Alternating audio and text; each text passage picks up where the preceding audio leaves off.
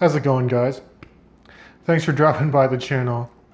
So in this video, I just thought it'd be fun to kind of lay out the story of how I came to acquire my first Swiss luxury dive watch. And that is, of course, this guy, the Omega Seamaster 300 meter professional. And this is the recently discontinued Seamaster with this gorgeous blue lacquer dial and ceramic bezel insert. Now I know for many, buying a Seamaster, it's kind of like the gateway to get into that Swiss luxury tier of watch collecting. And I think that's for a good reason. You know, it's a very popular model. I think its popularity heralds back to the mid-90s, you know, when Pierce Brosnan wore this watch as James Bond. But I gotta say, again, this watch was recently replaced by the 25th anniversary of the Omega Seamaster, which is slightly larger. It has a ceramic wave dial and their new in-house caliber 8800 movement, which, don't get me wrong, is a really great watch and amazing in-house movement. But I think I wanted to stick to the closer and more classic 41 millimeter size. And I think this watch is just a little more versatile overall. So getting back to the story of how I came to buy this watch. So last weekend, I just called up my twin brother. You know, it's been a while since we got to touch base. We've both been traveling over the last few months. And I thought it'd be fun to meet up at Raffi's Jewelers in Waterloo, Ontario. So for those of you who aren't Canadian, Raffi's is a pretty well-known authorized dealer of luxury timepieces. Now the location we went to, I actually asked for this specific reference number of Omega Seamaster, but because it was discontinued, they didn't have it in stock. Although funny enough, the sales rep that helped us, I looked down at his wrist and he had the exact same watch on his wrist, but with the black lacquer dial. So he actually recommended that he call up their flagship boutique, which was 20 minutes away in Cambridge. And when he called, he actually confirmed, like, you know what, they have one timepiece left, and it's this one on my wrist. He actually offered to bring it down to our location, but, you know, my brother and I just thought, well, let's grab some coffee first. I wasn't sure if I was going to commit to it. And then after having coffee, I thought, you know, let's just drive down to their flagship store. It'd be kind of cool to check out. And it was a really great experience. I gotta say, their flagship location in Cambridge is massive. It's the biggest authorized dealer I've ever been to. It's like the size of a warehouse with 2 stories. And they actually state that they have the largest Rolex showroom in all of North America. And I believe it after walking into this location. Now when I got there, the sales rep, I guess he was made aware that we were going to drop by. He took us right over to the Omega booth. You know, we went back and forth on price a little. I mentioned to them that I was a watch enthusiast, you know, that I had a YouTube channel. And they were actually gracious enough to let me just record some video of me purchasing the watch and getting it sized for my wrist. Now, I'll actually show you some of that footage in a minute.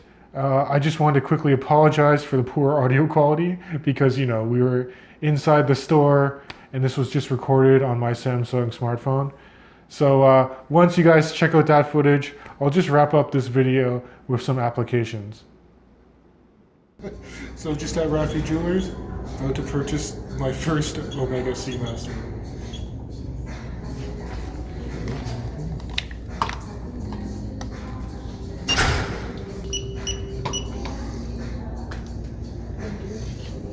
Hopefully this goes through. It's like the biggest purchase I put on this one. There we go.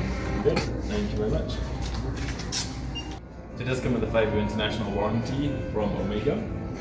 Included is this little card which will show you some pictograms which give you information on the different functions and capabilities of the watch. So you can take a look at that, and then this one is the actual international warranty card. Keep this one safe in case you need any services in the future.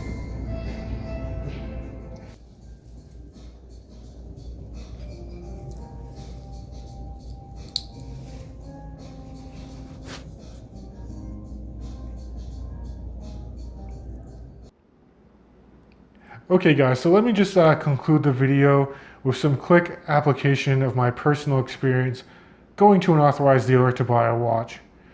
And I think the first application really is, if you are going to buy a luxury timepiece, going to an authorized dealer is probably the best way to go. I mean, of course, I checked out different web forums like Chrono24, some different sellers on eBay, looking for this particular reference of watch. And, I think I found some examples that looked okay. They would have saved me some money. But, I didn't know the service history. A lot of the sellers were very poor at responding. And a lot of, the cases for these watches have been polished up. So I didn't want any surprises.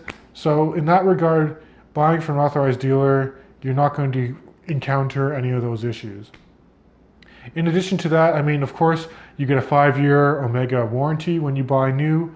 So down the line, getting this watch serviced or, basically ensuring that I'm happy with this watch, I don't think there's going to be any issues there.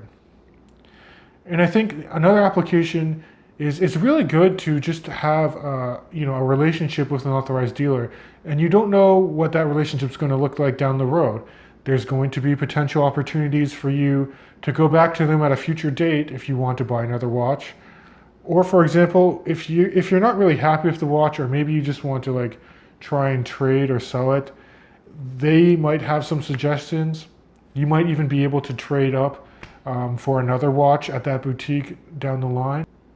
And I think, again, probably the most important aspect of going to a physical AD is that you actually get to handle the watch you're about to purchase in person, and you really get to see if it's a good fit for you. You can also potentially compare it to other brands all under the same roof. And I think having that definitely beats out just trying to look at images, over a computer.